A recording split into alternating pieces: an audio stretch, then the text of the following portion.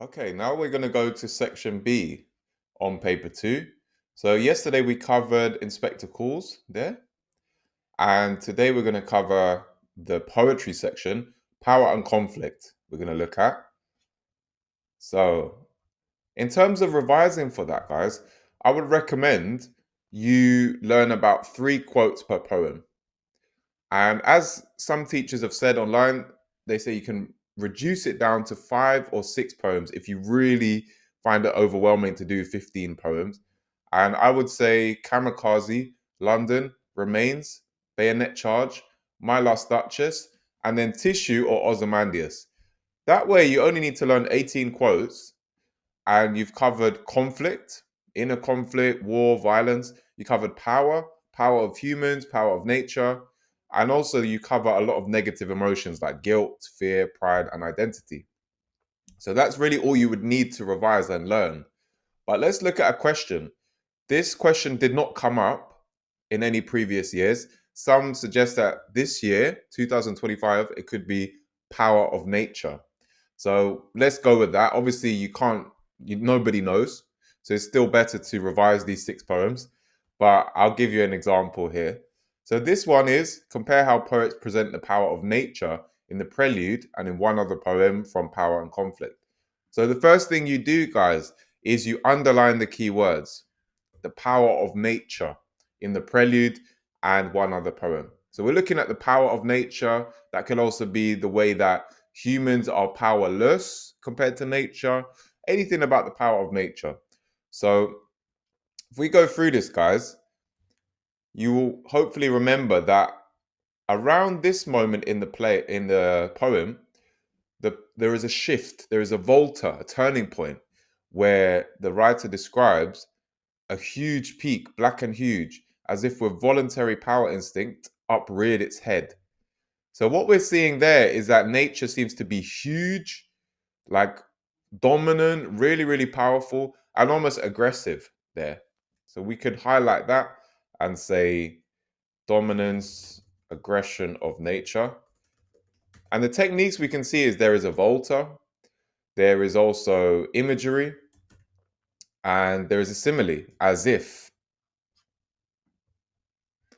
Now, one more thing I will highlight is later on when, towards the end of this poem, the poet says, "But huge and mighty forms that do not live like living men were a trouble to my dreams."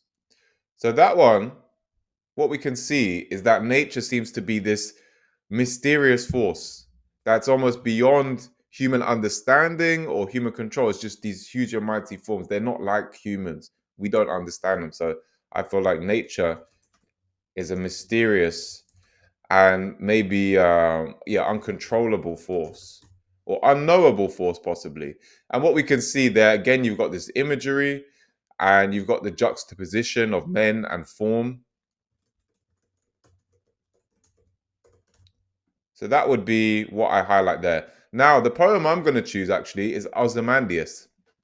So of Ozymandias we can see that, if you look at this huge peak, black and huge, etc., that's quite, this power, this dominance of nature is quite similar to the effects on Ozymandias' kingdom. We know about the shattered visage. It's just ruined that statue. And also towards the end, when you've got nothing beside remains, like nature has just eliminated his kingdom. It's just destroyed everything. There's nothing left. The other one, the other quote we found, huge and mighty forms that do not live like living men. In terms of that, where this idea that nature is this uncontrollable force, it's mysterious, it might even be eternal. We could talk about the desert, the way the desert is described, where for one you've got that lone and level sands at the end. So it's like the idea that the sands, they stretch far away. They're beyond human reach, beyond human understanding there. So we got 2 points there, and we can explore how slightly they're different as we go on. And the way we're going to construct this essay, guys, is have a thesis, an introduction, where we summarize our points, we link to the writer's message, and then we're going to have our main body, where we have a comparison, we explore one poem, link it to the next poem and explore that poem. So then we've compared it once, and we're going to do that one more time. And there's our comparison, guys, and we'll just finish with a conclusion. So let's look at the thesis statement here. We're going to summarize what our points are going to be, and we're going to link it to the context or the writer's message with a phrase like, the poet may be trying to highlight, or the poet may be reflecting or criticizing, something like that. So let's start off with this. So we can say, in both Prelude and Ozymandias, poets present nature as a overwhelming, dominant power or force which is beyond human control or lifespan. We could also talk about how they're slightly different. We could say, whilst it creates a feeling of powerlessness in the speaker of Prelude, in Ozymandias, it completely consumes or destroys the pharaoh's once great kingdom. So let's think about the writer's intention. So Wordsworth was a romantic poet. So they loved to romanticize nature and talk about it in this really respectful tone and with admiration, and critique the way that humans tried to control everything. And so did Shelley. They were both romantic poets. So we could say, as romantic poets, both Wordsworth and Shelley are likely reflecting the awe and the awe and humility they had towards nature, criticizing humans' futile attempts to control it. So that's our thesis statement, guys. We've compared the two poems, said what our points are going to be, touched on the writer's message there. So let's do the first main body. So we'll say, both Ozymandias and Prelude highlight the overwhelming power and dominance of nature. So that's our first point. So when we're actually analyzing what we can think of, we have our point, we give some evidence, and we just explain it. And we try to give one or two layers of analysis, then link it to another quote, and just build this analysis, build our answer. So we can, when we're trying to analyze, we can think about the author's intention. Why is the author using this technique? What are they trying to show or emphasize? Are there any key words that have particular connotations that are very meaningful? Does it create any effects in the reader? Any emotions, and why? Are there more devices or more interesting techniques in a quote? Can we take any more from it? And can we give other interpretations, other ways of looking at it, or link it, this is the context, link it to, can we link it to universal ideas such as humans' power or lack of power, or the awe before nature, or the way that nature is uncontrollable? These are like universal ideas. Humans try to control nature. Or context, like Shelley's life or Wordsworth's life, historical details that help us explain our analysis even more. So we're going to do a range of that, mix it up, and just keep building with more quotes. So the first quote we're going to say is, Wordsworth describes a mountain on the horizon as a huge peak, black and huge. As I said, this marks a volta, a turning point in the tone of the poem, shifting from joyous to more ominous and threatening. Another technique we can see there is the repetition of huge and the color imagery of black. It highlights how big, basically, how physically imposing the mountain is, and also how it's like shrouded in darkness. It's impossible to really make out. So how it stays shrouded in darkness, which emphasizes its unknowable danger. Moreover, let's link it to another quote now. Always try and build it. He states that, as if with voluntary power instinct, upreared its head. So that was just immediately after that. And what we can say about that, this is almost presenting it like an animal. This animalistic imagery presents the mountain as a colossal predator with aggressive and dominant body language, looking to threaten and even kill the speaker. I mean, it's a simile as well, as if the simile suggests that the mountain wanted to demonstrate its overwhelming power and check the arrogance of the man, like kind of warn him and reassert its superiority over the land, over the earth, we could say.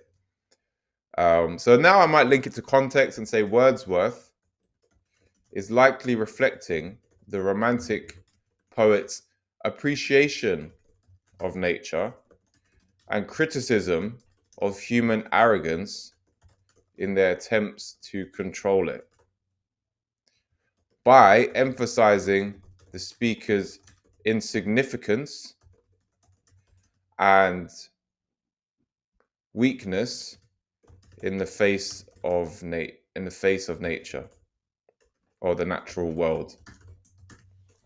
So that's one paragraph now. I'm going to now link it to Ozymandias. And don't worry, this is a perfect way to do your comparison. You don't necessarily need to compare in every sentence. You can just deal with one and compare it to the next one.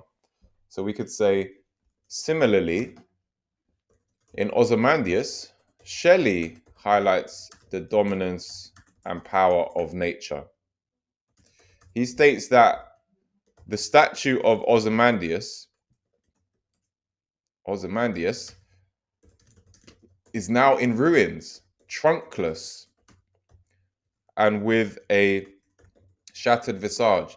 So you see, some quotes might come to you as you're writing. You say, oh yeah, trunkless or something else. So your plan doesn't need to cover everything. You will think of stuff as you're writing. Now, what does that suggest? It suggests that the statue's been destroyed, has essentially been destroyed by the effects of nature over time, and has been reduced to an embarrassing shell of itself. I mean, the use of the adjective shattered implies that the identity of the statue can no longer be seen, whilst the adjective trunkless reinforces a sense that it is barely standing and has been permanently reduced to a shadow of its former self. To a shadow of its former self. So that's nice. Maybe we can link it to the next part of the poem. Moreover, towards the end of the poem, next to Ozymandias's pedestal, Shelley, claiming his kingdom to be unmatched, Shelley states, nothing beside remains. So remember, this is a caesura. The use of caesura here creates a stark sense of finality. So I remember that analysis from years back. That's why it's important to remember 3 quotes and also analysis for those quotes. And you can just use that when you introduce the quote, just put in that high level analysis that you know. Stark sense of finality. And I've got all of this in my course, which is, the link is in my bio, but obviously you can find this stuff hopefully with other resources if you have them. And yeah, stark sense of finality, as if the once great kingdom is now completely stripped and bare, ravaged by time. It's also ironic. It's another technique. There's also ironic given the arrogance of the ruler. But this dramatic juxtaposition links to the impermanence, well, highlights the theme of the impermanence of human power in comparison to nature's, which lasts for eternity, basically lasts for eternity. Now we'll do the next point, and it kind of flows on from this one. Like, indeed, both poets present nature as a timeless power, which humans are powerless to control. Towards the end of Prelude, Wordsworth describes huge and mighty forms that do not live like living men. There's even enjambment there. So we could say, I might say, the grim imagery and enjambment combine to create a sense that humans are completely insignificant in comparison to nature, like insects or tiny creatures. Moreover, the powerful adjectives, huge and mighty, emphasize the almost godlike power of nature, suggesting that it's beyond human understanding or control, with an almost divine power. What I might go on to talk about next is like the effect on the speaker, where he talks about there's a trouble to my dreams, or there hung a darkness, probably say that. So we could say this slightly traumatizes the speaker, as he describes how there hung a darkness over him.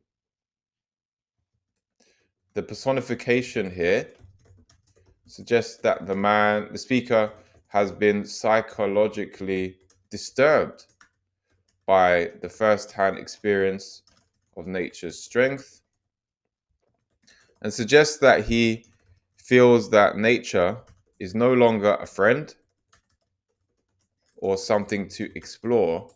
In fact, it is a hostile threat which can destroy humanity if it wants. So now the context, I might be saying, what is Wordsworth's message here? Wordsworth wants to check the human ego and force us to confront our weaknesses, as no matter how much progress we make, we are powerless to defeat nature and will be destroyed if we try to do so. Okay, now we'll do our last paragraph here, and we'll link it to Ozymandias. Similarly, in Ozymandias, nature is presented as an uncontrollable force that seems to be everlasting.